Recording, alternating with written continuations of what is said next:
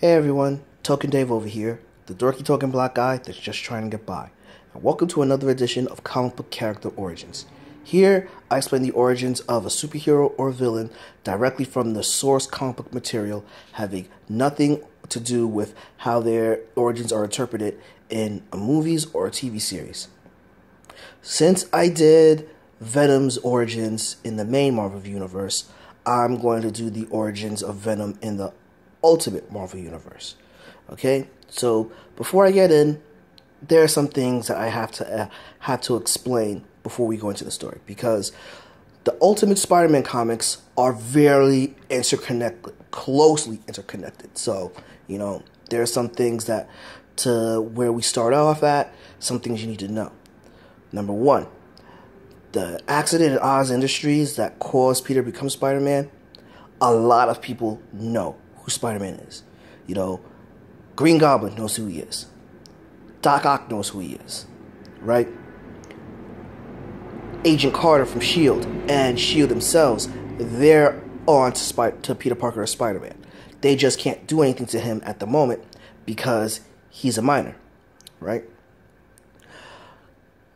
Peter revealed himself to Mary Jane. So Mary Jane is the only person that it is in his immediate life that knows that he's Spider-Man, and they started dating, right? We're introduced to Gwen Stacy, who is a bit of a rough kid and everything, right? Who's the daughter of Captain John Stacy, right? And Captain Stacy and his wife are going through issues, and Gwen is left out there. Captain Stacy was just killed by a Spider-Man impersonator, and Gwen Stacy is living with Aunt May and Peter now, and there's always been this tension between Gwen Stacy and Mary Jane.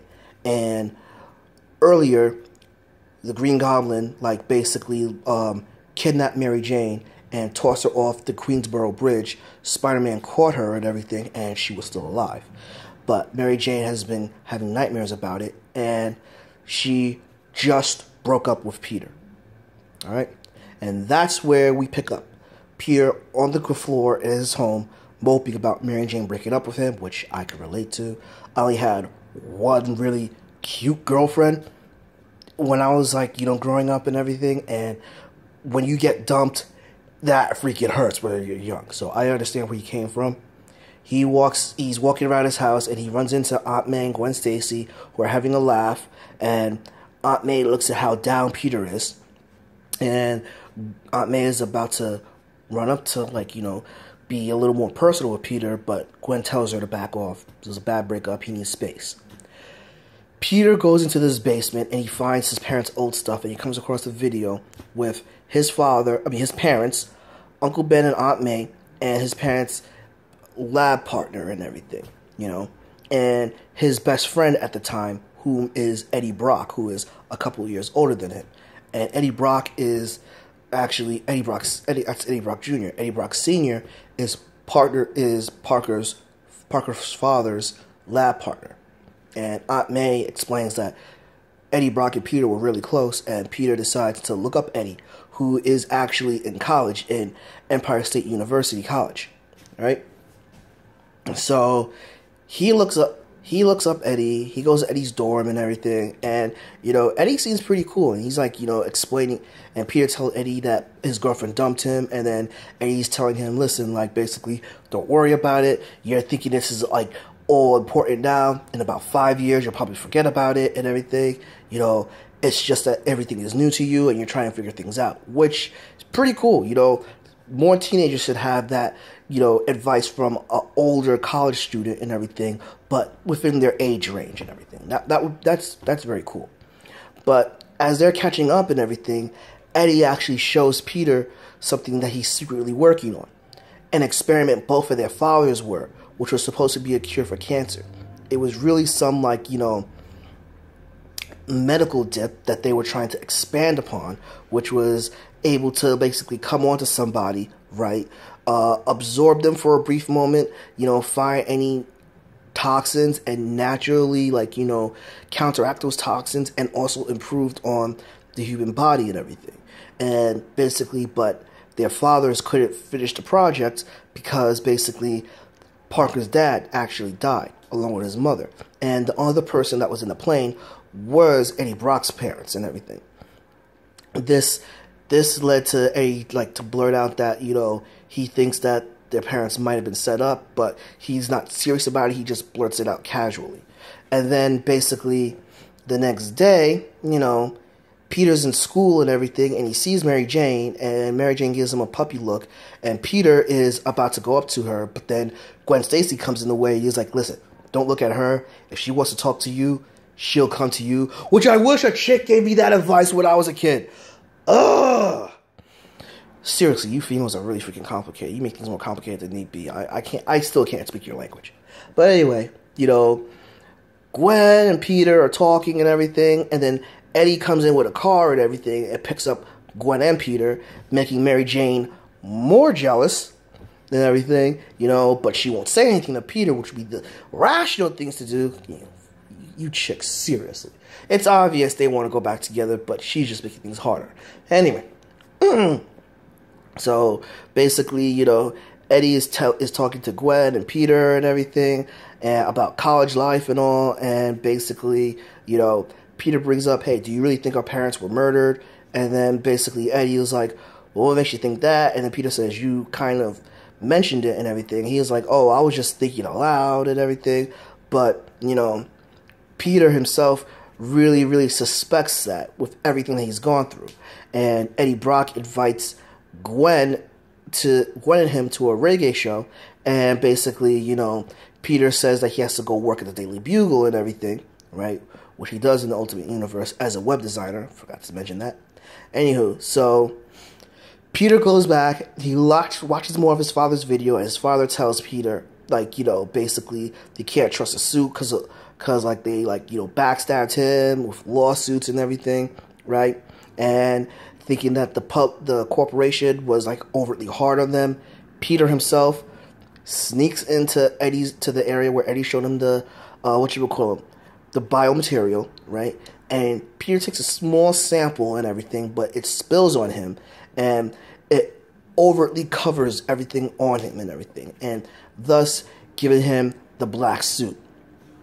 So he goes out and basically he rescues a pop star, and within rescuing the pop star, someone shoots at him, and the black suit absorbs the bullet and everything, leaving him unharmed. He notices that he's faster, stronger, and everything, but some people around that are recording him notice that he's a little more aggressive and everything. And so he actually sees someone that just robbed a convenience store and everything. He found the guy and caught him, and he started having flashbacks of when Uncle Ben died, because the person that killed Uncle Ben robbed a convenience store and everything. And he's beginning to lose control, and he almost kills the guy, right? And Peter realizes that it's the suit. Everything that all of his emotions that he's been experiencing is coming back tenfold and everything. And he's coming into a rage that he can't control, but at the same time, the suit won't let him go and everything, so he's desperately trying to get it off, and he falls into some electrical wires, and those actually get the symbiote off of him.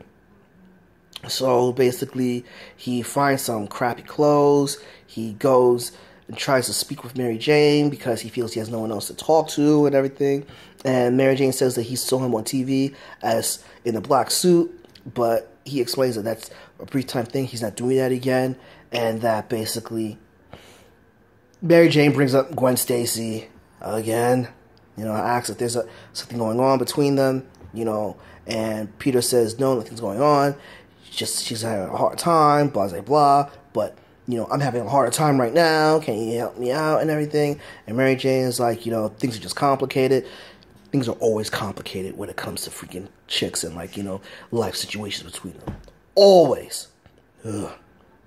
Anyway, so then basically, Eddie sees that Spider-Man is wearing a black suit and notices that basically a canister is missing. The biomaterial is missing, right? And then, lo and behold, Peter comes in, and then Eddie's like, yo, what the hell is going on and everything? Peter's like, listen, we gotta destroy this thing. We gotta destroy it. And then basically, Eddie threatens to call the police and tries to attack Peter, but Peter grabs him by his shirt with one hand, lifts him up, and Eddie quickly realizes that Peter is Spider-Man. Peter explains to Eddie that basically he thought that his fathers were being taken advantage of and everything, and he wanted to just do his own experiments on a thing, but once it fell on him, he realized how dangerous it was and everything, and that, you know, he realized that both their parents were working on something that they found out was too dangerous, and it must be destroyed. Eddie goes along with it, saying, fine, go ahead, destroy this, despite the fact that it's our father's legacy.